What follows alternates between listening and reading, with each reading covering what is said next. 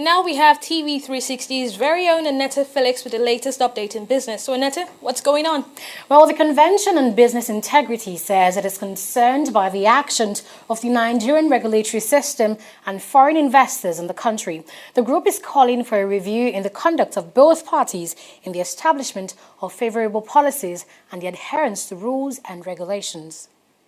I'm going to start. They say charity. It is a gathering of legal practitioners and stakeholders in the financial industry. It is coming against the backdrop of recent penalties the Central Bank of Nigeria imposed on telecoms giant MTN and some banks in the country.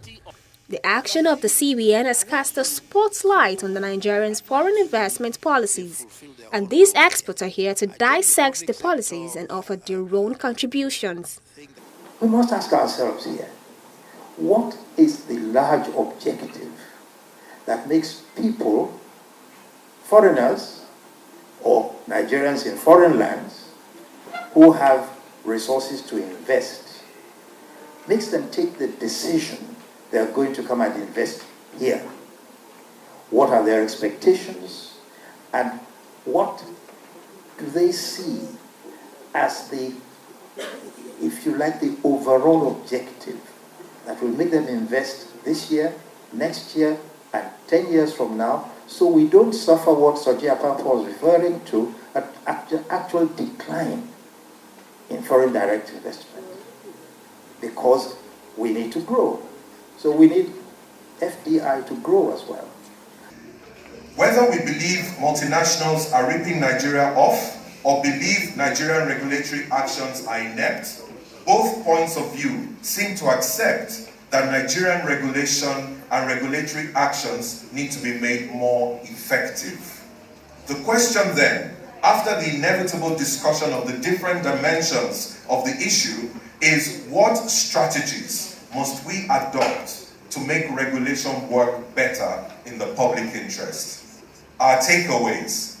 By the end of the dialogue, we would like to come away with very concrete, practical steps that the private and public sectors need to take, preferably in collective action, to minimize the damage to the public interest arising from each of the prevailing schools of thought, with timelines and clear actions for different stakeholders present here to take.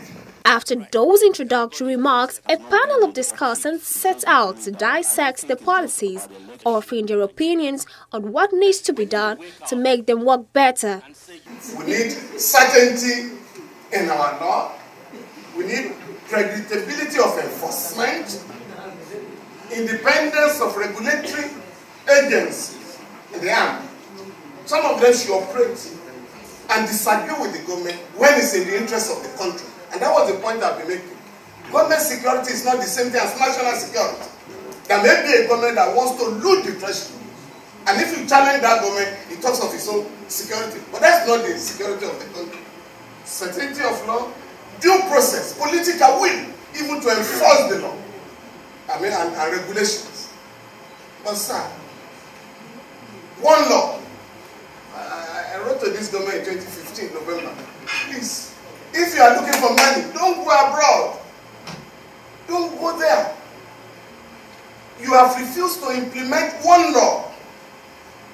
The Deep Offshore and Production Contracts Act. Oh no! And I said the government was losing money. Once regulation is not transparent, once it's not consistently applied, once it's not, all necessary information is not readily available at the push of a button, and once it is not enforced consistently and at the right time, we are no longer competitive as a market. The in-depth panel discussions draw reactions from the audience. But the bigger question or the bigger problem is on the issue of governance. For example, we agreed today that there was a problem or that there are regulatory gaps that need to be filled. But the question is, how do we fill these gaps?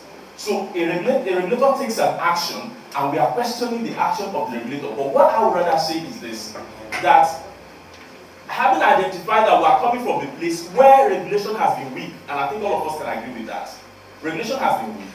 There's been an unholy alliance, if you like, we usually say that in university days in the student union between the government and businesses in Nigeria today. And for us to change this, we need to start enforcing regulations. We need to amend regulations. But before we get to that point, there is the political aspect of it that is lacking, and that is what is generating the controversy. The communication or signaling of government intention to move in a particular direction. The consensus here is that the policies need reviewing to make them work better for the country, and that foreign investors themselves must adhere to the rules. Nigeria recorded an increase of $808.56 million foreign direct investment in the fourth quarter of 2018, and the country averaged FDI of $129 billion from 2007 to 2018. Adeshewa Odushoga, TV360, Lagos.